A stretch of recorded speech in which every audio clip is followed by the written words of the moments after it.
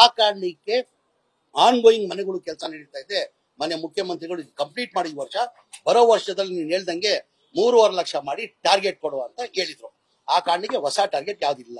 ಏನ್ ಇವತ್ತು ನಮ್ಮ BR ಪಾಟೀಲ್ ಅವ್ರು ನನ್ನ ಆರೋಪ ಮಾಡಿದ್ದಾರೆ, ಅವ್ರು ನೇರವಾಗಿ ನನ್ನ ಮೇಲೆ ಏನು ಆರೋಪ ಮಾಡಿಲ್ಲ.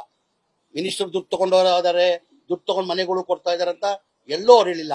ಎಲ್ಲೋ ನಾನು ಪತ್ರ ಕೊಟ್ಟಿದ್ದೆ, ನಾನ್ ಪತ್ರ ಕೊಟ್ಟಿದ್ದು ಪತ್ರಕ್ಕೆ ಮನೆಗಳು ಕೊಟ್ಟಿಲ್ಲ, ಯಾರೋ ಪಂಚಾಯತ್ ಮೆಂಬರ್ ತಗೊಂಡ್ ಬಂದ್ ಮನೆಗಳು ತಗೊಂಡೋಗಿದ್ದಾನೆ ಅಂತಾರೆ. ಹೌದ್ ತಾನೆ? ಈಗ ಯಾರು BR ಪಾಟೀಲ್ ಅವರೇ ಟೋಟಲ್ ಒಟ್ಟಾಗಿ 2,000 ಚಿಲ್ಲರೆ ಮನೆಗಳು BR ಪಾಟೀಲ್ ಅವ್ರು ಕೇಳಿದ್ದಾರೆ. 2,000 ಇಲ್ಲೇ ಇದೆ ಪತ್ರ, ಅವ್ರದ್ದೆಲ್ಲ ತೆಗ್ದಿದ್ದೀನಿ ನಾನು. 2,000 ಮನೆಗಳು ಕೇಳಿದ್ದಾರೆ. ನಾವೇನ್ ಮಾಡ್ತೀವಿ, ಕ್ಯಾನ್ಸಲೇಷನ್ ಆಗ್ತದೆ ಮನೆಗಳು. ಆ ಮನೆಗಳು ಕ್ಯಾನ್ಸಲೇಷನ್ ಆದ್ರೆ ಏನಂತೀವಿ, ಅಂತ ಯಾರ್ಯಾರು ಡಿಮಾಂಡ್ ಕೇಳಿರ್ತಾರೆ ಅವ್ರಿಗೆ ಆ ಮನೆ. ಈಗ ಅವ್ರಿಗೆ ಏನ್ ಮಾಡಿದ್ವಿ, ಎಲ್ಲ ಒಂದೊಂದು ಪಂಚಾಯತ್ಗೆ 950 ಮನೆ ಕೊಟ್ಟಿದ್ವಿ. ಸಪರೇಟ್ ಪಂಚಾಯತಿಗೆ ಅವ್ರು 950, 2,000 ಚಿಲ್ಲರೆ ಕೇಳಿದವರು. ಬಹಳಷ್ಟು ಬೇಡಿಕೆ ಇದೆ. MLAಗಳು ಎಲ್ಲ ಪತ್ರ ಇಲ್ಲಿ ಇಟ್ಟಿದ್ದೀನಿ ನಾನು. MLAಗಳು ಪತ್ರ ಇಟ್ಟಿರೋದು ಇಲ್ಲ ನೋಡಿ. MLAಗಳು ಟೋಟಲ್ ಮನೆಗಳು ಬೇಕಂತ ಆಲ್ಮೋಸ್ಟ್ ಎಲ್ಲ MLAಗಳು, BJP ಅವರಿರ್ಲಿ, JDS ಅವರಿರ್ಲಿ, ಕಾಂಗ್ರೆಸ್ ಅವರಿರ್ಲಿ, ಎಲ್ಲ ಪತ್ರ ಬರೆದಿದ್ದಾರೆ. ನಮ್ ಮನೆಗಳು ಬೇಕು.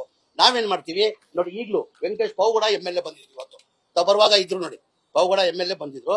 ಬಂದು ಅವ್ರು ನನ್ನ ಪಂಚಾಯತಿಗೆ 500 ಮನೆ ಬೇಕಣ್ಣ ಅಂತ ಕೇಳಿದ್ರು. ಈಗ ಜಸ್ಟ್ 15 ನಿಮಿಷ ಹಿಂದೆ ನಾನೇನ್ ಮಾಡಿದೀನಿ, ನಾನು ರೆಫರ್ ಟು MD ರಾಜೀವ್ ಗಾಂಧಿಗೆ ಕನ್ಸಿಡರ್ ಮಾಡಿ ಅಂತ ಪತ್ರ ಬರ್ತೀನಿ. ಎಲ್ಲ ಪತ್ರಕ್ಕೆ ಏನ್ ಮಾಡ್ತೀನಿ, ನಾನು MD ಮಾಡ್ತೀನಿ. ಮನೆ ಇಲ್ಲ, ಟಾರ್ಗೆಟ್ ಇದ್ದು ತಾನೇ ನಾನು ಕೊಡೋದು.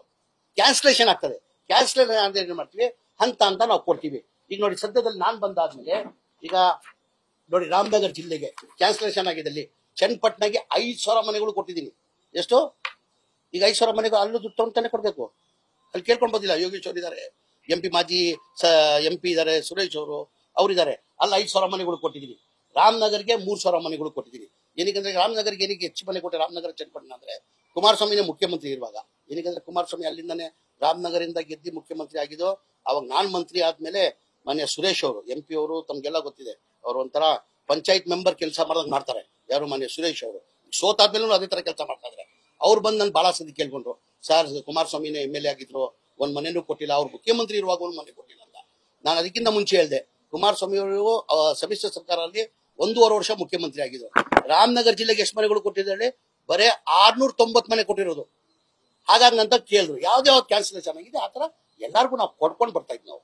ಆಮೇಲೆ ನನಗೆ ಆತರ ದಲಿದ್ರ ಬಂದಿಲ್ಲ. ನನಗೆ ಈ ಮನೆಗಳು ಬಡವರಲ್ಲಿ ಕೊಡದೆ 1,20,000 ಅದನ್ನ ಅವ್ರ ದುಡ್ಡು ತಗೊಂಡು ನಾವು ಮನೆಗಳು ಕೊಡ್ದ. ಆಮೇಲೆ ನಾವು ದುಡ್ಡು ತಗೊಂಡು ಮನೆಗಳು ಕೊಟ್ರು ನಮ್ಮ ಕುಟುಂಬಕ್ಕೆ ಒಳ್ಳೇದಾಗ್ತದ, ನಮ್ಮ ಮಕ್ಳಿಗೆ ಒಳ್ಳೇದಾಗ್ತದ? ಉಡಾಬಿ ಸಾಯ್ತಾರೆ. ಬಡವರಿಗೆ ಒಂದ್ 5-10 ಸಾವಿರ ತಗೊಳ್ಳೋದ ಇದು? ಆಮೇಲೆ ನಾವು ಟಾರ್ಗೆಟ್ ಇದ್ರೆ ನಾನು ಟಾರ್ಗೆಟ್ ಕೊಡ್ಬೇಕು. ಆಮೇಲೆ ಎಲ್ಲ ಇದು ಒಂದೇ ಇಲ್ಲ, ಎಲ್ಲ MLAಗಳಿಗೆ ಎಲ್ಲ MLA ರಾಶಿನೇ ಇದೆ. MLAಗಳು ಲೆಟರ್ದು ರಾಶಿನೇ ಇದೆ. ಯಾರ್ಯಾರು ಕೇಳಿದ್ರು ಅಂತ ನಿಮ್ಗೆ ಮಾಹಿತಿ ಕೊಡ್ತೀನಿ ನಾನು.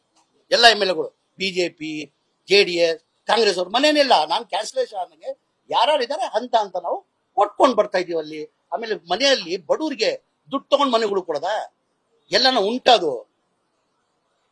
ಉಂಟಾದು ಆತರ ಇದ್ರೆ ಅವ್ರು ಯಾರು BR ಪಾಟೀಲ್ ಅವ್ರು ಹೇಳಿ, ಯಾರು ತಗೊಂಡಿದ್ದಾರೆ, ಯಾರು ಇಂಥವ್ರು ತಗೊಂಡಿದ್ದಾರೆ, ಅವ್ರ ಮೇಲೆ ಕ್ರಮ ತಗೊಳ್ಳೋ. ನಾವು ಬಿಡಕ್ಕಾಗಲ್ಲ. ಬಡವ್ರ ಪಾಪ ಕೊಡೋದೇ 1,20,000.